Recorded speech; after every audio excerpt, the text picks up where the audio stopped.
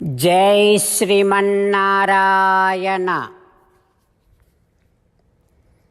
శ్రీమద్భగవద్గీత 2వ అధ్యాయము సాంఖ్యయోగము 67వ శ్లోకము. ఇంద్రియాణాం హి చరతాం యన్మనః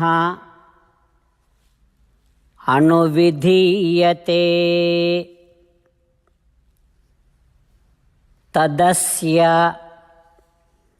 హరతి ప్రజ్ఞాం వాయుర్నావం ఇవాంభసి. ఓం. గీతాచార్యుడు శ్రీకృష్ణ పరమాత్మ అర్జునుడితో పాటు మనందరికీ యోగశాస్త్రాన్ని ఉపదేశం చేస్తూ ఉన్నాడు. పరమాత్మ అంటూ ఉన్నాడు, అర్జునా, నువ్వు ఈ శరీరంలో ఉన్నావు, నువ్వు ఈ ప్రపంచంలో ఉన్నావు.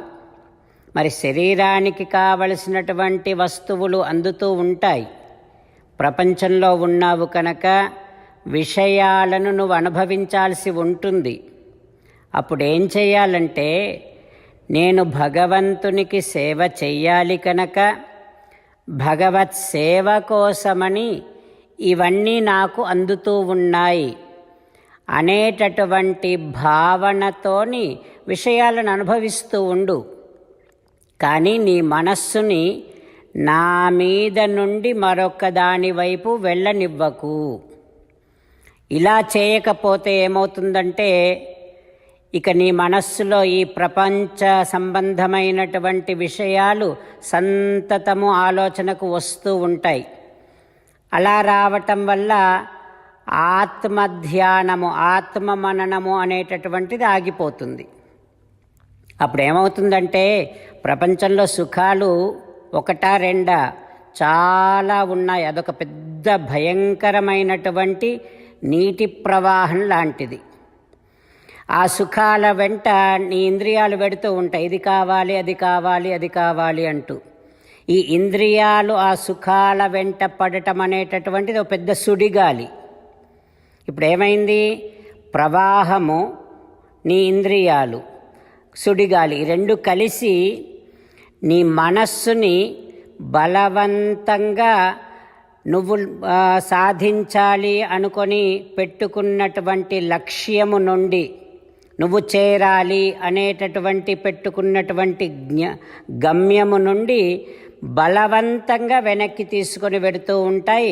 ఇక ఆత్మానందము, ఆత్మసాక్షాత్కారము, ఆత్మధ్యానము ఇవన్నీ మరిచిపోతావు. అప్పుడేమవుతుంది మళ్ళీ? ఇప్పుడు ఈ ప్రవాహంలో నువ్వు మునిగిపోవటం అంటే సంసారములో మునిగిపోవటం అని అర్థం. సంసారం అంటే జనన మరణ చక్రంలోనికి మళ్ళీ వెళ్ళిపోతావు. ఎప్పుడు? నీ మనస్సు బలవంతంగా వెనక్కి లాగబడితే. ఎవరు లాగుతున్నారు? నీ ఇంద్రియాలే. ఇంద్రియాలు ఎందుకు లాగుతున్నాయి? చాలా సుఖాలు ఉన్నాయి కదా, మరి అవన్నీ అనుభవించాలి కదా అంటూ ఆ సుఖాల వైపు ఇంద్రియాలు వెళ్ళిపోతూ ఉంటే మనస్సు కూడా బలవంతంగా అటువైపు వెళ్ళిపోతూ ఉంటుంది. మనస్సులో ప్రాపంచిక విషయాల గురించి ఆలోచన ప్రారంభమైతే ఇంత ప్రమాదం ఉంది. అందుకని నీ మనస్సుని పటిష్టంగా నాయందే స్థిరపరచి, నా గురించిన ఆలోచనలే అన్ని విషయాల అనుభవాలప్పుడు కూడా నా ప్రస్తావన అందులో పెట్టుకో, నా సంబంధం అందులో పెట్టుకో అంటూ భగవత్ సంబంధాన్ని మనము నిత్య జీవితములో ఏ రకంగా కలిగి ఉండాలో భగవానుడు చాలా స్పష్టంగా మనందరికీ అనుగ్రహిస్తూ ఉన్నాడు. మన యోగక్షేమాలు కాంక్షిస్తూ ఆ భగవద్ ఉపదేశాన్ని మనసారా భావన చేస్తూ పరమాత్మ పలికినటువంటి పలుకులను అదేవిధంగా పలికే ప్రయత్నం చేద్దాం. ఇంద్రియాణాం హి చరతాం యన్మనోనువిధీయతే తదస్య హరతి ప్రజ్ఞాం వాయుర్నావమివాంభసి. ఓం. అంతేకాకుండా మనం ప్రతిరోజు శ్రీమన్నారాయణుడికి ఒక 8 పనులు చేస్తాం అని మాట ఇద్దాం. ఎందుకంటే శ్రీకృష్ణ భగవానుడు 18వ అధ్యాయములో 65 నుండి 70వ శ్లోకాల ద్వారా శ్రీమద్భగవద్గీత అంతటికీ సారభూతముగా మనకు 8 పనులు చేయమని చెప్పాడు.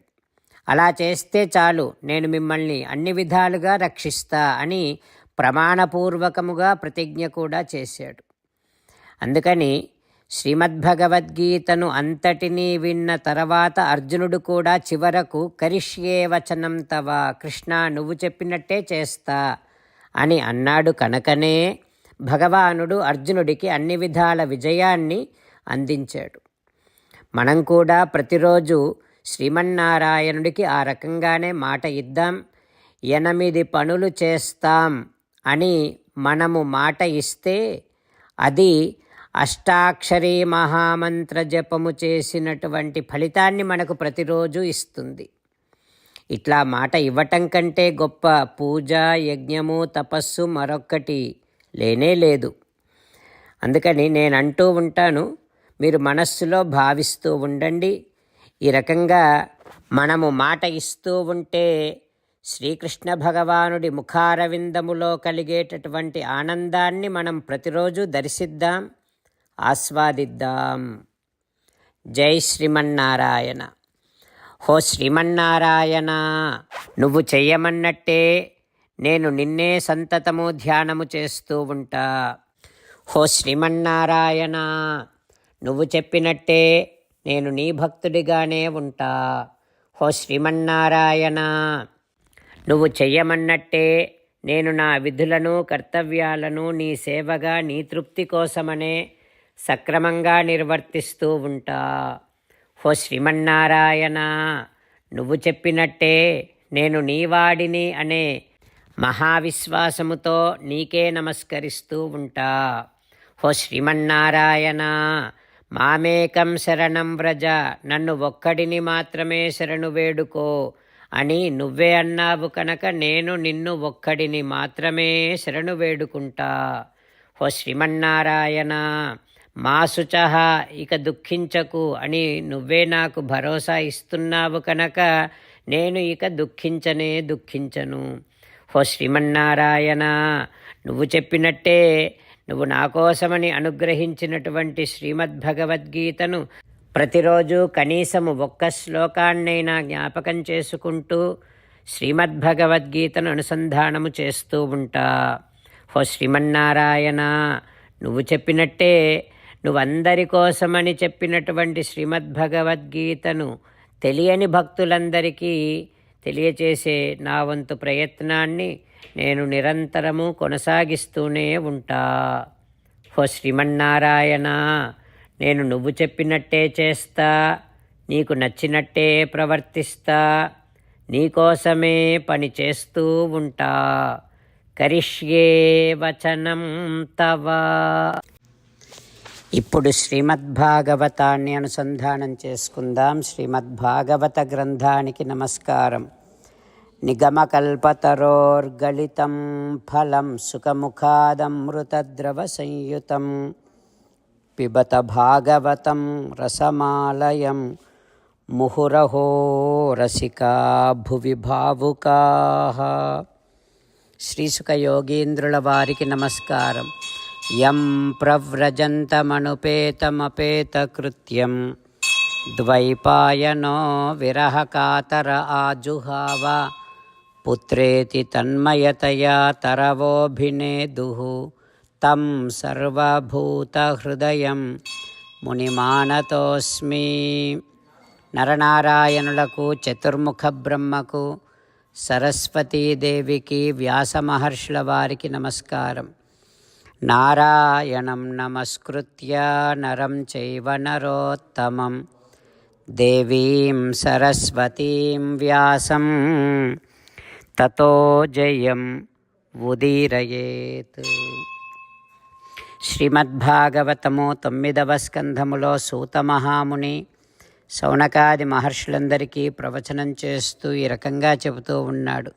ఓ మహర్షులారా, శ్రీసుక యోగీంద్రుల వారు పరీక్షిన్నరేంద్రుడికి శ్రీమద్భాగవతాన్ని ఉపదేశం చేస్తూ ఇలా చెబుతూ ఉన్నాడు. ఓ పరీక్షిన్నరేంద్ర, యువనాశ్వుడు పుంసవన శక్తి కలిగినటువంటి జలాన్ని త్రాగటం వలన కొంతకాలానికి యువనాశ్వుడే గర్భధారణ చేశాడు. ఆ తర్వాత తతకాల ఉపావృత్తే కుక్షిం నిర్భిద్య దక్షిణం, ఆ యువనాశ్వుడి యొక్క కుడివైపు పొట్టను చీల్చుకొని ఒక కుమారుడు బయటికి వచ్చాడు. చక్రవర్తి లక్షణాలు ఉన్నటువంటి కొడుకు బయటికి వచ్చాడు. ఇక ఆ బాలుడు పాల కోసమని, ఆహారము కోసమని ఏడుస్తూ ఉంటే బ్రాహ్మణ శ్రేష్ఠులందరూ కూడా వాడిని చూసి బాధపడుతూ ఈ బాలుడిని ఎవరు పోషిస్తారు అని అనుకుంటూ ఉండగా ఆ యజ్ఞములో ఆరాధింపబడినటువంటి దేవేంద్రుడు వచ్చి మా రోదీహి మాం ధాత, ఏడవకు, ఇదిగో నన్నే పానము చెయ్యి అని దేవేంద్రుడు తన చూపుడు వ్రేలిని ఆ బాలుడి నోట్లో పెట్టాడు. ఆ చూపుడు వ్రేలిలోని అమృతాన్ని త్రాగుతూ ఆ బాలుడు ఆ ఆహారాన్ని స్వీకరించాడు.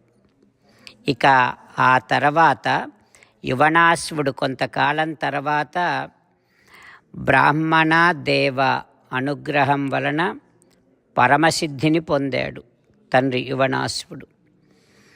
ఆ తర్వాత ఆ యువనాశ్వుని కొడుకు అంటే దేవేంద్రుడి యొక్క చూపుడు వ్రేలి ద్వారా వచ్చినటువంటి అమృతాన్ని స్వీకరించినటువంటి మాంధాత అనేటటువంటి కుమారుడు చక్రవర్తి అయి సప్తద్వీప విశాల భూమండలాన్నంతటిని కూడా పరిపాలన చేస్తూ ఉన్నాడు.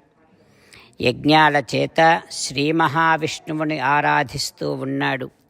సర్వదేవమయం దేవం సర్వాత్మకం అతీంద్రియం, సర్వాంతర్యామి అయినటువంటి శ్రీ మహావిష్ణువును ఆత్మవేత్త అయినటువంటి మాంధాత ఆరాధిస్తూ పూజిస్తూ భూమిని పాలిస్తూ బ్రాహ్మణాదులందరినీ తృప్తిపరుస్తూ ఉన్నాడు.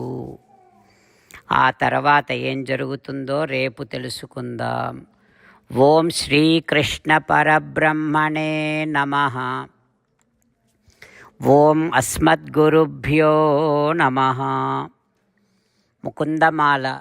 కృష్ణో రక్షతు నో జగత్రయగురుః కృష్ణం నమస్యామ్యహం.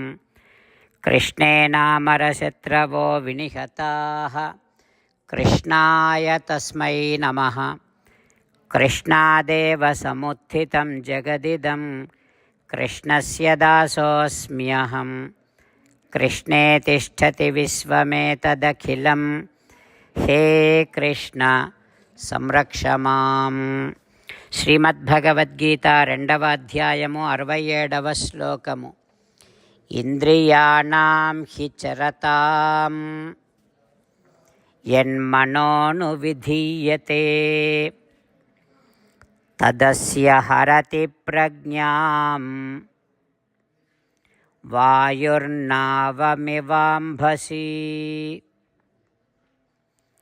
ఇంద్రియాణాం హి చరతాం యన్మనోను విధీయతే తదస్య హరతి ప్రజ్ఞాం వాయుర్నావమివాంభసి. శ్రీమన్నారాయణ కరిష్యే వచనం తవ. సర్వం శ్రీకృష్ణార్పణమస్తు. జై శ్రీమన్నారాయణ.